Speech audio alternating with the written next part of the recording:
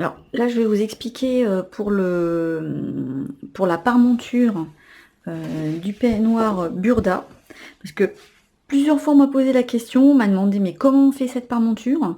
Donc là, comme je suis en train de refaire ce peignoir, j'en profite pour vous montrer en fait quelques petits détails de cette parmenture. C'est vraiment pas compliqué, hein. Donc on va voir ça ensemble.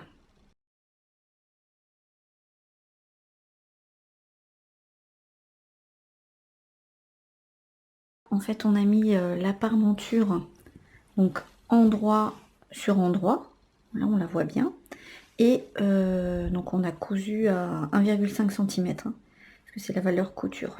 Donc elle est accrochée là de partout, donc on voit elle fait tout le tour, voilà.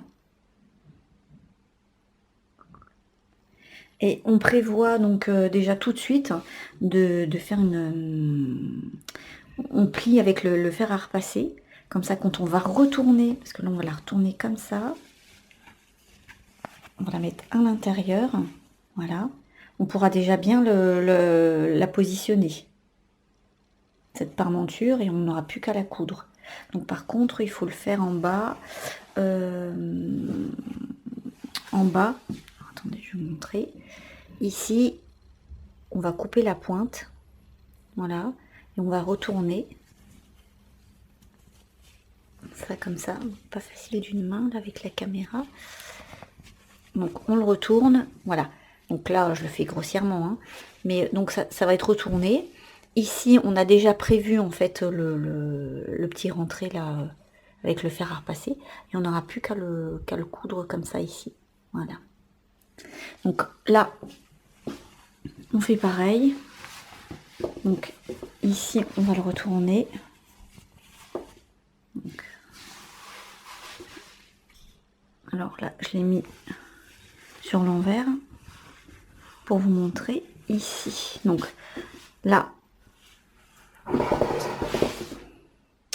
donc c'est sur l'envers. Donc alors il faut bien repasser, hein, ici pour que ça soit joli, hein. Voilà. Alors, et là après pour l'installer ici, donc il faudra juste plier et bien le positionner, voilà, comme ça de partout. On va passer par dessus, on va cacher notre couture et puis tout ce qui est en dessous. Donc après, voilà.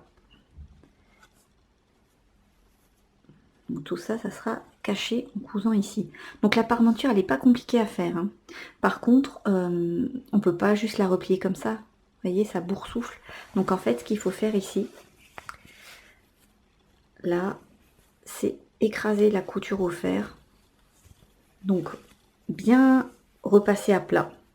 Voilà. Ça va être bien repassé à plat comme ça, ici.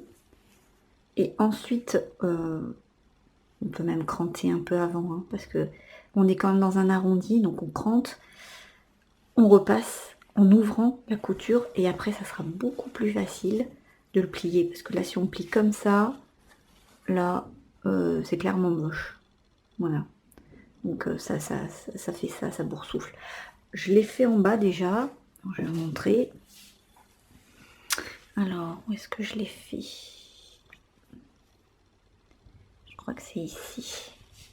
Ah, voilà, ici. Donc là, j'ai juste repassé un bout, hein. Je l'ai écrasé, parce qu'on fait ça sur tout le pourtour, en fait, hein, de la parmenture. Donc là, j'ai écrasé au fer. Donc on voit là, ici, voilà. On voit là, c'est déjà bien aplati. Alors que là, par exemple, on voit ça boursoufle. Donc là, si je dois le retourner, si je dois le plier, hop, voilà.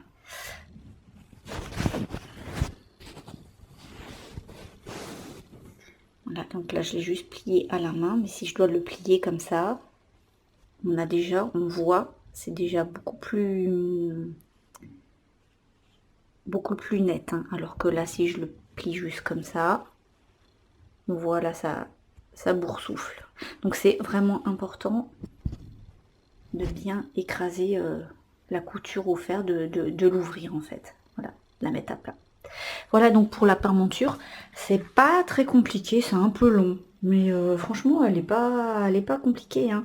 Ici pareil, donc on retourne tout, et là quand on arrive, petit détail ici, donc faudra juste mesurer ici à peu près 1,5 cm de partout, et là ben, vous faites en fonction de la couture qui est là, voilà, pour la cacher, et le mettre comme ça, et là ça sera nickel. Voilà pour ces petites explications.